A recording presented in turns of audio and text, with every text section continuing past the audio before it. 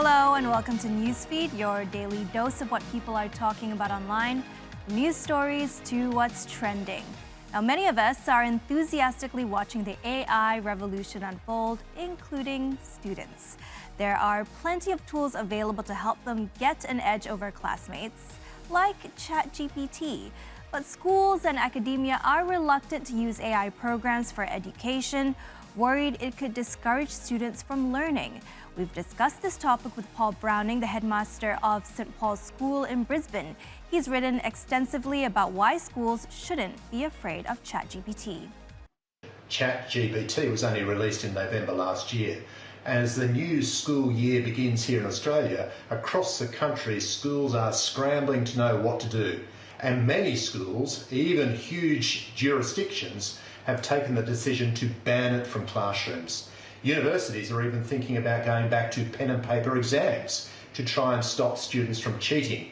I really don't think that will work at all. If you think back to when the calculator was actually invented and brought into schools, there was a huge panic at that point in time where people were thinking that it will have a huge negative effect on people's ability to add up, to develop their mathematical skills, and yet the calculator infiltrated schools and is here to stay. AI is not unlike that. We will not be able to stop it. Advances are being made all the time. What we really need to do is to embrace the opportunities AI brings and look at how we actually educate our young people to use this as a powerful tool in their learning. But the reality is it's going to encourage us or force us to change the way we educate. Matthias Kettemann, a professor of innovation theory and philosophy of law at the University of Innsbruck, gives us more insight into the future of AI use in higher education. ChatGPT is a big challenge for universities, that's true. However, it doesn't make any sense to forbid it, to prohibit its use. Students are going to use it and scholars are going to use it. So what's more important than talking about prohibitions is to think about how to harness the potential of GPT chat and other chatbots and natural language models to make science more efficient. Automate that can be automated, and make sure we have time for the scientific advancements which are so important in today's world. We have to change the way that we test. We should focus more on interaction, on creativity, not on regurgitating texts that students should read. Rather, encourage creative thinking, allow students to develop their own projects, invest more, if you're in law, invest more in moot courts, invest more in creative problem solving, creative thinking. We shouldn't test for things that can be automated. We shouldn't test for information retrieval, but rather we should test for the burning question behind that. Where do we want to go as a society? And that's something that students should be able to answer. All right, so I agree, ChatGPT is definitely not evil, but it is something new. Perhaps our institutions just need some time to adapt. There must be ways to identify whether something's AI generated or not. Otherwise, how can anything be fairly graded? Well, OpenAI has that covered. It's releasing a tool that can detect what's been written by a human and what is the work of an AI. But the company admits that it's not quite foolproof just yet. The AI classifier has so far been able to correctly identify only 26% of bot-generated content. Looks like OpenAI needs some more money to improve its tech. So it's not a big surprise to see the company is introducing a subscription model for its most popular product. Here it is, ChatGPT Plus, the more powerful, less downtime version of everyone's favorite chatbot. Here's how it breaks down. $20 a month, only for customers in the United States, and the free version will continue. No word yet on whether the paid version will treat data differently, as in whether the prompts that you give it and the response that it returns will be still stored by OpenAI, or whether you now have proprietary access to it. That last part is important because if you work for a company or you're handling any kind of proprietary or secret content, when you put it into ChatGPT, you agree and instruct that they may use that content to develop and improve services. So they save that content. And you are responsible for the content, including for ensuring that it does not violate any applicable law.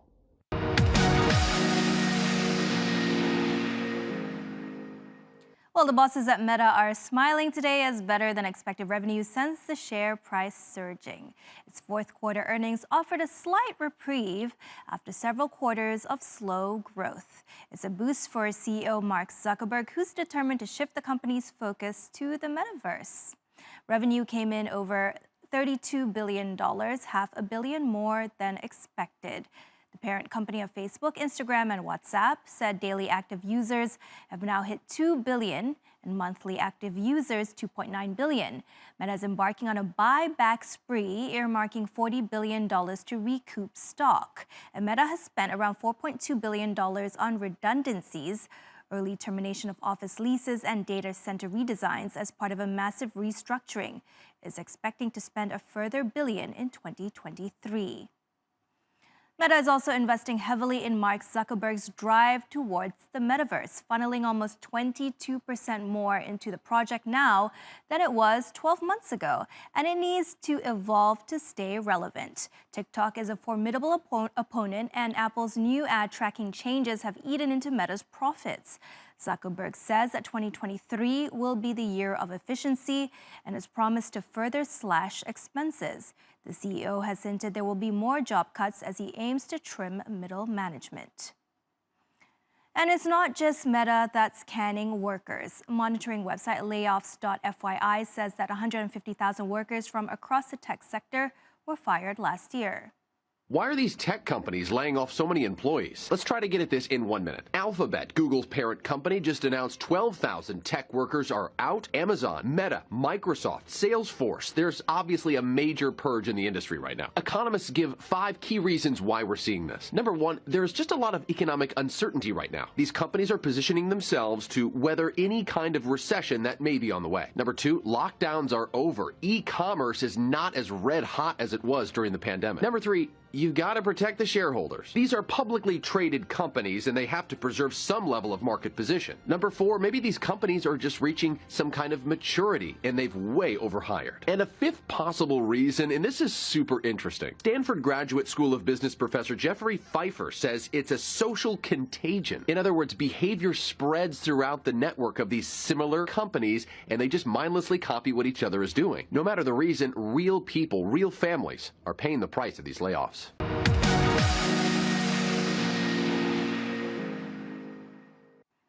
What comes to mind when you think of Singapore? Well, shiny skyscrapers and maybe the hit film Crazy Rich Asians. Well, wealth, specifically income inequality, is certainly in the spotlight in the Southeast Asian nation after a 17-year-old girl put up this TikTok recently about her first ever luxury bag. We were supposed to be just friends. You don't live in the part of town, but maybe I'll see you out some weekend. Zoe Gabriel's dad had bought her the bag for $80, but her delight over the purchase didn't last long. The Philippine-born teen was quickly subjected to harsh trolling by Singaporeans for calling the item luxury. Charles & Keith is a mid-range brand from Singapore that's popular worldwide. In some parts of Asia, like China and Taiwan, its affordability has led to the nickname Little CK, which stands for Little Calvin Klein. Zoe's TikTok has since been viewed almost 7 million times and snowballed into a wider debate about class and social inequality in wealthy Singapore. Zoe posted up this TikTok after all the backlash. Growing up, I did not have a lot. My family didn't have a lot. Every time we passed by a store, my parents would just say next time, but next time would never come. To you, an $80 bag may not be a luxury. For me and my family, it is a lot.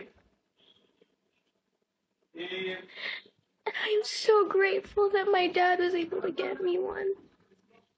He worked so hard for that money. I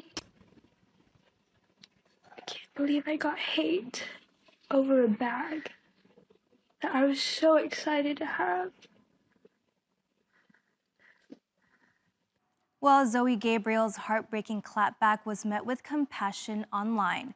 Her experience resonated with many and even caught the eye of Charles & Keith, whose founders met her and her father and gave them gifts, as you can see from this TikTok Zoe uploaded.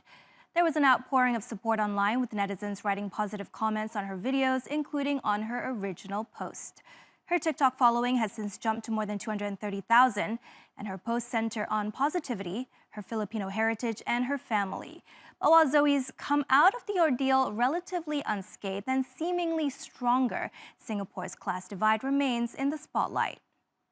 In a country as technologically advanced as Singapore, where many people are plugged into social media on an almost permanent basis, it's no surprise that this story has captured the attention here.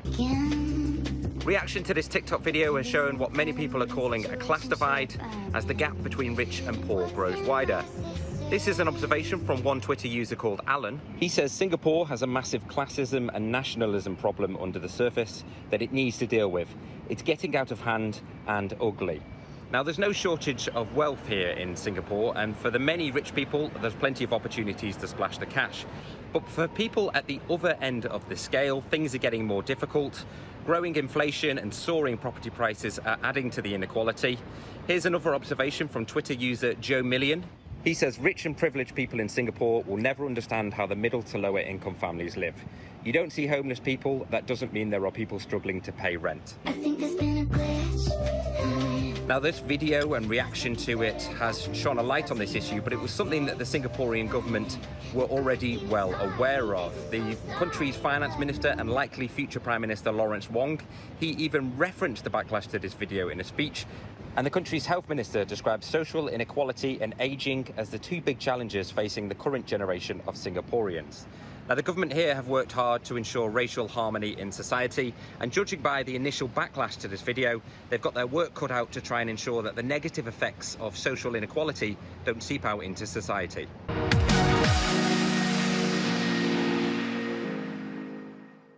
Remember when officials in Western Australia said a missing radioactive capsule may never be found? Well, they found it. Emergency services found a minuscule capsule the size of a Tic Tac on Wednesday along a 1,400-kilometer stretch, about the same distance between New York and Atlanta.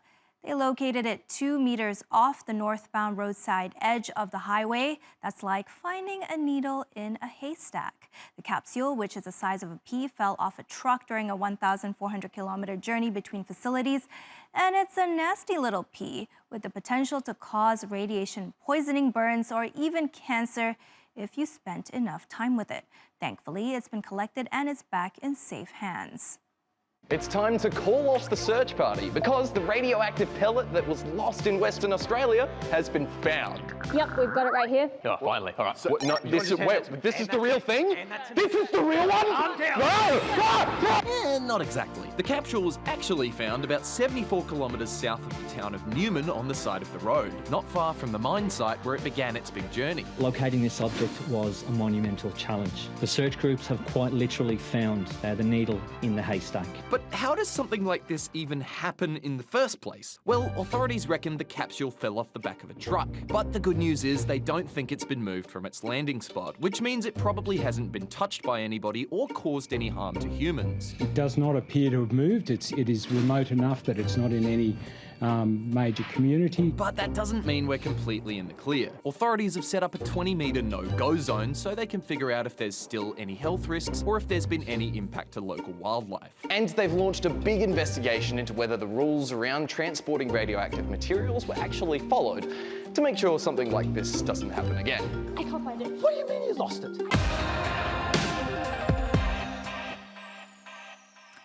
All right, on to what's trending.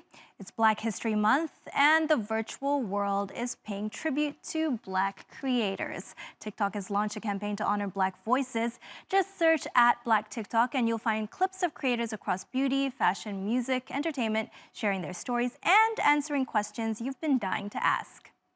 So you guys want to know if we have fun while we're on set? Nope. And the answer is nope. They're literally lost without us. Like, can't do anything. I mean, I tie his shoes. I hope you don't mind that I'm telling you. I have on loafers right now, by the way. What's the most stressful thing about working in entertainment? Feeling like you're being pulled in different directions a lot, but there's so much to be grateful for, so I don't want to be misunderstood.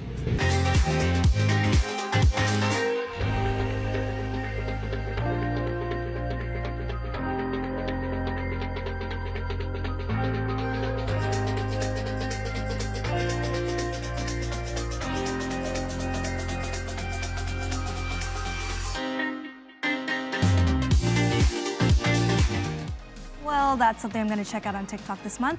And that's our show. Find us on YouTube and do subscribe to our channel. Bye and see you same time tomorrow.